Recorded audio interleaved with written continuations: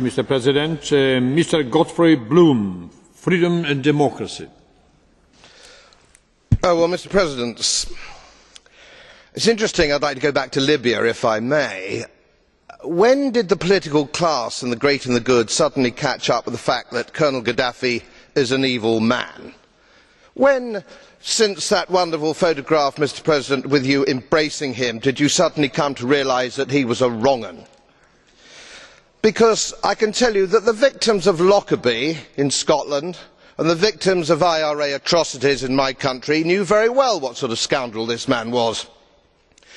But he's got oil and he's got money, so you all turned a blind eye, didn't you?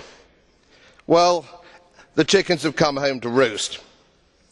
But you know, the most absurd figure in all this, in my view, is the British Prime Minister, who stands there rattling his empty scabbard, having disestablished the Royal Navy, having disestablished the Royal Air Force, making threats from the sidelines, no aircraft carriers, no nothing, calls himself a conservative, a superannuated schoolboy whistling in the dark.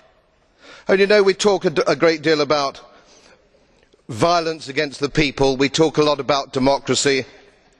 We've had a homicidal baboon in Zimbabwe now for years and we don't do anything about it, do we? We don't care, because there's no money and there's no oil. As so typical of this place, full of hypocrisy and humbug. Dziękuję.